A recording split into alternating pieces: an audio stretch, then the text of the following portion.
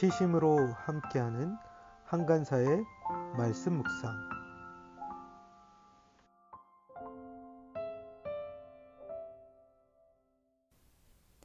잠언 20장 1절에서 15절 말씀.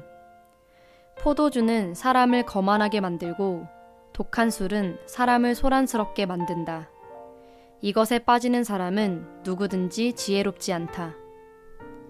왕의 노여움은 사자의 부르짖음과 같으니 그를 노하게 하면 목숨을 잃는다. 다툼을 멀리하는 것이 자랑스러운 일인데도 어리석은 사람은 누구나 쉽게 다툰다. 게으른 사람은 제철에 밭을 갈지 않으니 추수 때에 거두려고 하여도 거둘 것이 없다.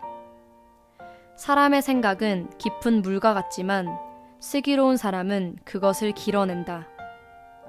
스스로를 성실하다고 말하는 사람은 많으나 누가 참으로 믿을 만한 사람을 만날 수 있느냐? 의인은 흠없이 살며 그의 자손이 복을 받는다. 재판석에 앉은 왕은 모든 악을 한눈에 가려낸다. 누가 나는 마음이 깨끗하다, 나는 죄를 말끔히 씻었다 하고 말할 수 있겠느냐? 규격에 맞지 않은 저울추와 되는 모두 주님께서 미워하시는 것이다. 비록 아이라 하여도 자기 행위로 사람됨을 드러낸다.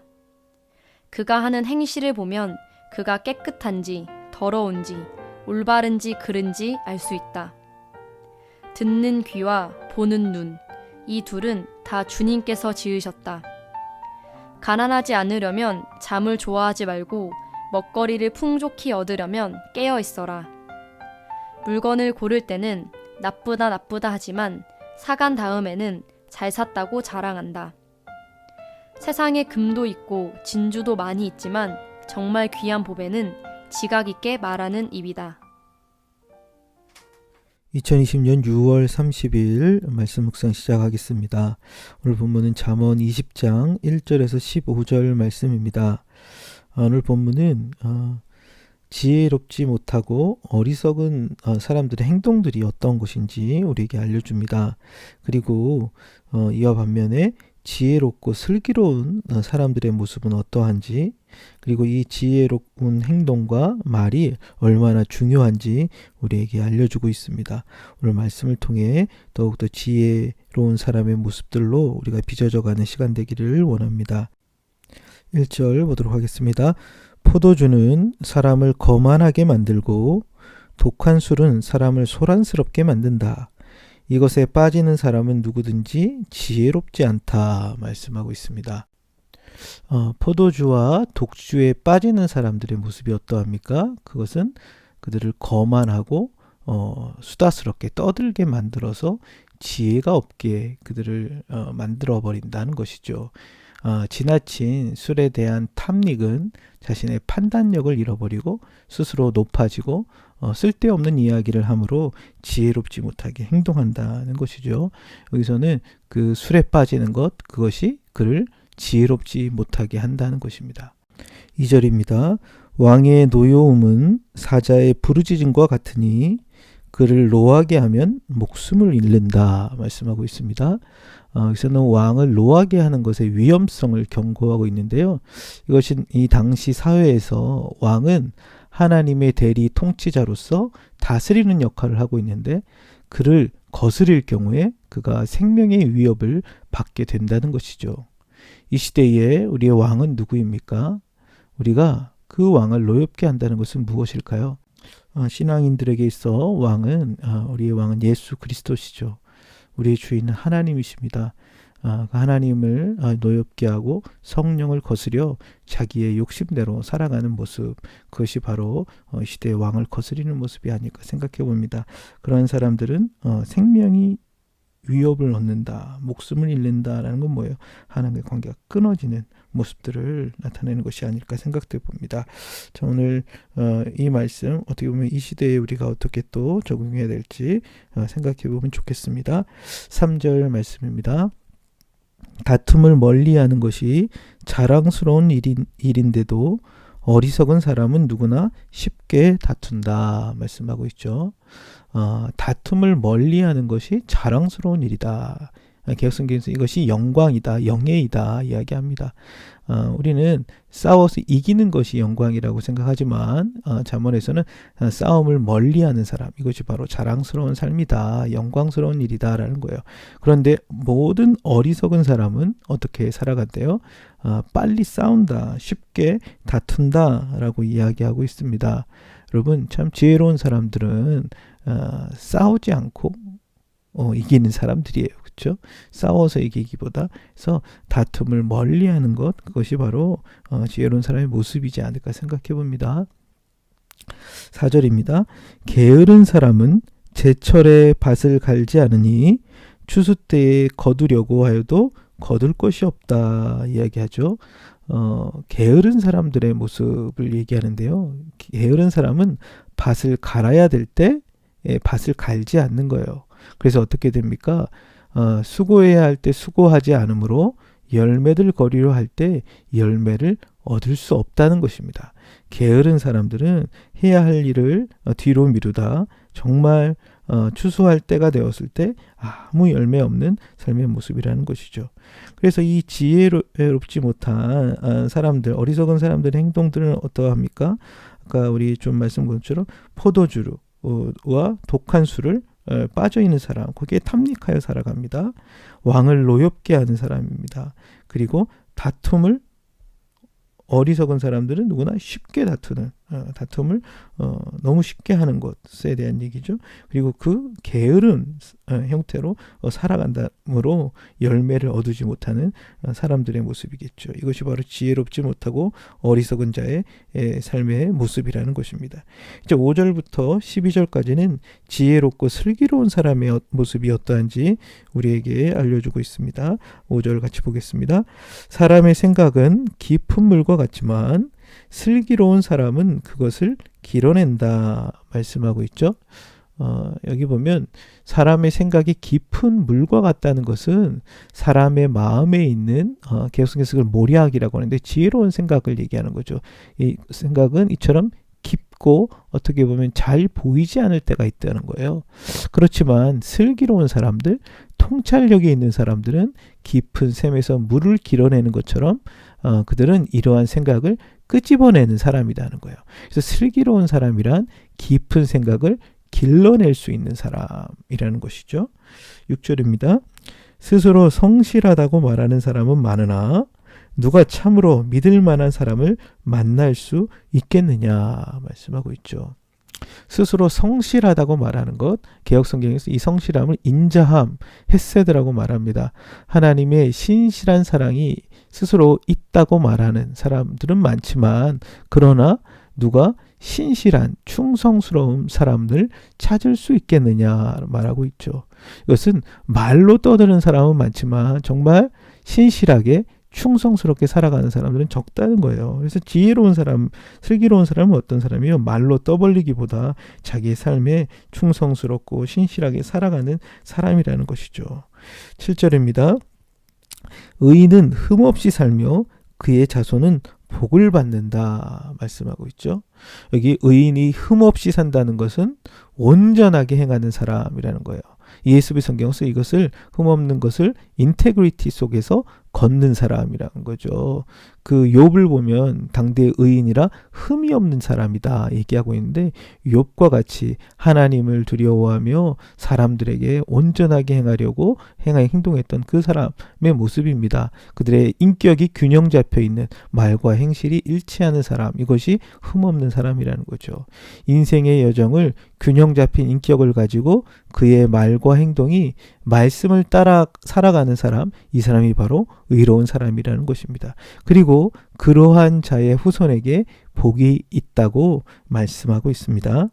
8절입니다. 재판석에 앉은 왕은 모든 악을 한눈에 가려낸다 말씀하고 있습니다. 이 재판석에 앉은 왕, 판단의 본자에 앉아있는 그 왕은 악한 것을 잘 판단하여 분간할 수 있는 왕이어야 한다는 것이죠. 왕은 공의롭게 재판함으로 선과 악을 잘 판단하여 심판하는 역할을 하는 사람이 바로 지혜롭고 의로운 왕의 모습이라는 것을 알려주고 있습니다. 9절 말씀입니다. 누가 나는 마음이 깨끗하다, 나는 죄를 말끔히 씻었다 하고 말할 수 있겠느냐라고 말씀하고 있죠. 여러분, 아무리 온전한 사람이라 할지라도 죄에 빠질 수 있음을 경고하는 말씀입니다. 자기의 의에 함정에 빠지지 말고 자신을 늘 살피며 죄 가운데 놓였을 경우에 회개하고 돌이키며 살아가는 사람, 이런 사람이 바로 지혜로운 사람들이겠죠. 자기의 모습을 잘 성찰하며 회개하는 사람, 그런 사람들이 지혜롭고 슬기로운 사람의 모습입니다. 10절입니다. 규격에 맞지 않는 저울추와 되는 모두 주님께서 미워하시는 것이다 말씀하고 있죠. 여기 그 저울추와 되라는 것은 무엇입니까? 저울추는 무게를 재는 단위죠. 그리고 되는 부피를 재는 것입니다. 규격에 맞지 않는 저울추 되는 무엇입니까? 자기의 이익을 더 늘리기 위해서 속이는 행위를 말하는 것입니다. 하나님은 의롭고 정직한 자들을 사랑하신다는 것이죠.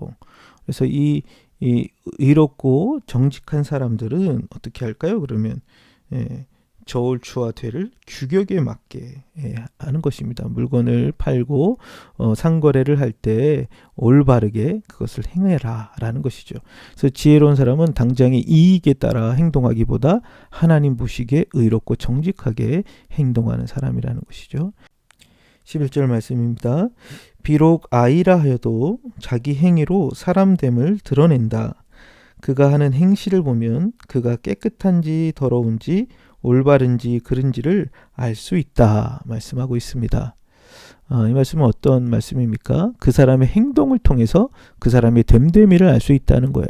어린 아이라 할지라도 그의 행동을 통해서 그의 모습이 나타나고 드러난다는 것이죠.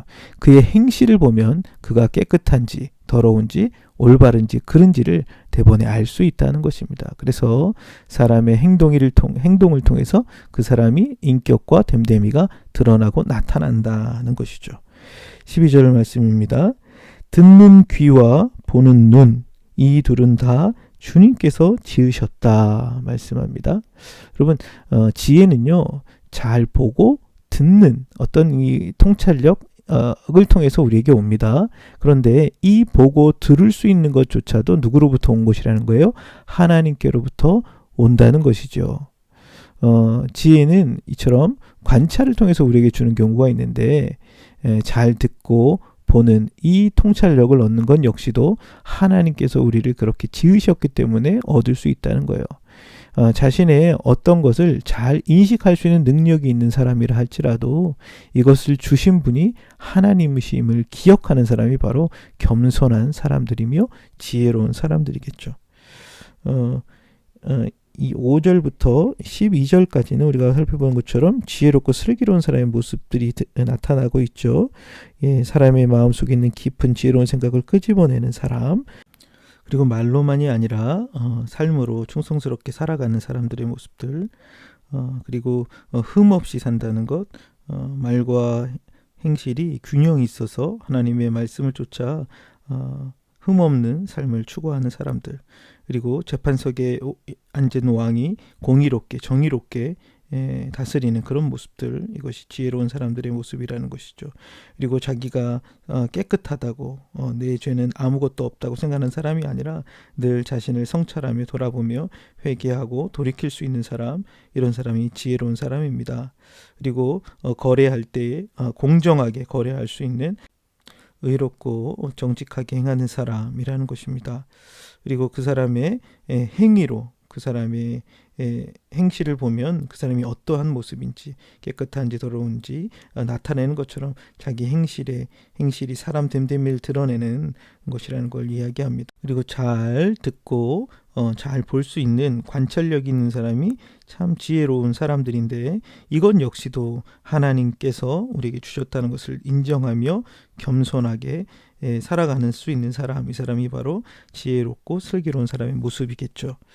이제 13절부터는 지혜로운 자의 행동과 말에 대한 중요성을 강조해서 이야기하는데요. 13절 보겠습니다.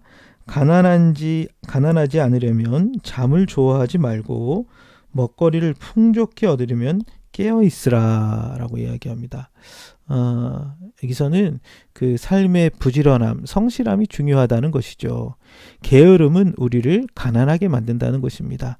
잠자는 것을 너무 좋아하면 가난해진다는 것이에요. 풍족한 음식을 얻기 위해서는 깨어서 일하라는 것이죠. 농경사회의 어떤 모습들 속에서 풍성한 소출을 얻기 위해서는 성실하게 일하는 것이 필요하다는 것입니다. 참 우리의 삶도 마찬가지겠죠. 매일매일의 성실한 사람들, 그런 사람들에게 풍성한 열매들이 따라온다라고 잠언은 알려주는 것 같습니다. 14절입니다. 물건을 고를 때는 나쁘다 하지만 사간 다음에는 잘 샀다고 자랑한다는 것입니다. 이 말씀 무슨 말씀일까요? 앞부분에서는 파는 사람에 대한 이야기라면 이것은 사는 사람에 대한 이야기입니다. 구매자가 사는 사람이 약삭빠르게 행동하는 모습이죠. 싸게 어떤 물건을 사기 위해서 이것이 나쁘다 하고 그것을 사간 다음에는 그것이 좋다고 자랑하는 모습이라는 거예요. 그런데 이 모습이 선하지 않다고 잠언 기자는 이야기하는 것 같습니다. 공정한 상거래가 중요하다는 말씀이죠. 판매자뿐만 아니라 그것을 구매하는 사람 역시도 공정하게 값을 지불하고 사는 것이 필요하다는 것입니다. 그래서 14절 말씀은 상거래할 때의 공정성에 대한 문제를 우리에게 알려주는 것 같습니다. 15절입니다. 세상에 금도 있고 진주도 많이 있지만 정말 귀한 보배는 지각 있게 말하는 입이다 라고 이야기합니다. 이 말씀은 가장 가치 있는 것이 무엇인가에 대해서 말하고 있죠.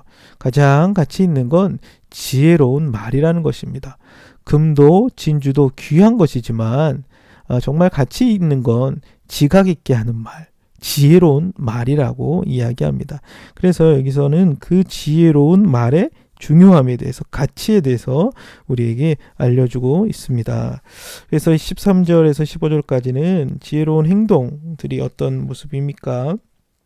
그렇죠? 게으르지 않고 부지런하게 성실하게 살아가는 사람들, 이 사람들에게 넉넉함이, 풍요로움이 따라온다는 것입니다.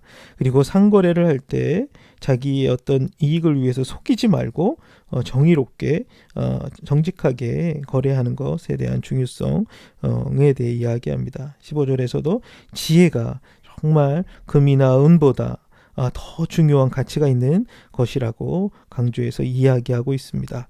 오늘 말씀 우리 살피면서 우리 안에 참 어떠한 모습으로 우리가 살아가고 있는지, 지혜롭지 못한 어리석은 모습들은 없는지, 지혜롭고 슬기로운 사람의 모습이 어떠했는지 기억하면서 우리가 이 지혜를 가치 있게 여기고 살아가는 하루가 되었으면 좋겠습니다. 함께 기도하겠습니다. 하나님 아버지, 자, 오늘 말씀을 통해 어리석은 삶의 모습들을 통해서 우리 모습을 달아보게 됩니다. 참 포도주와 독주에 빠지는 것이 어리석은 것이라 하였는데, 하나님 우리가 참 우리가 탐닉하고 있는 모습들 가운데 참 어리석게 행동하는 것들이 있다면 주님 우리 가운데 깨우쳐 주시고, 하나님 우리가 참 하나님께 돌이키는 삶이 될 수 있도록 도와주시옵소서.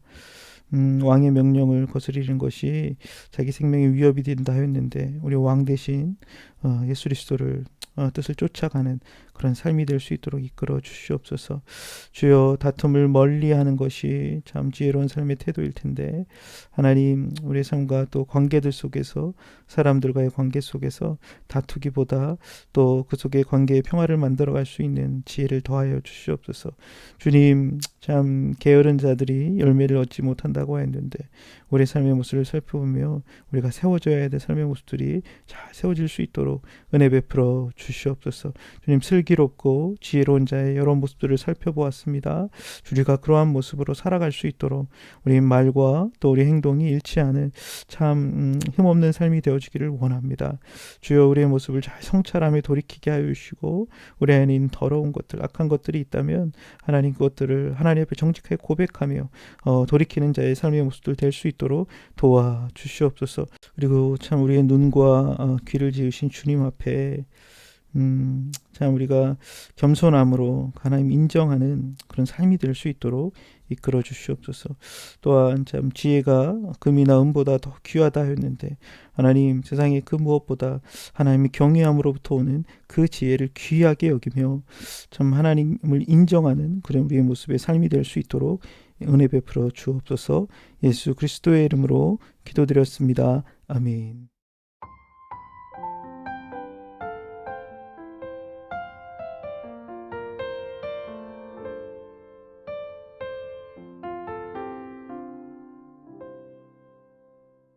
좋아요, 구독 꾹꾹 눌러주세요.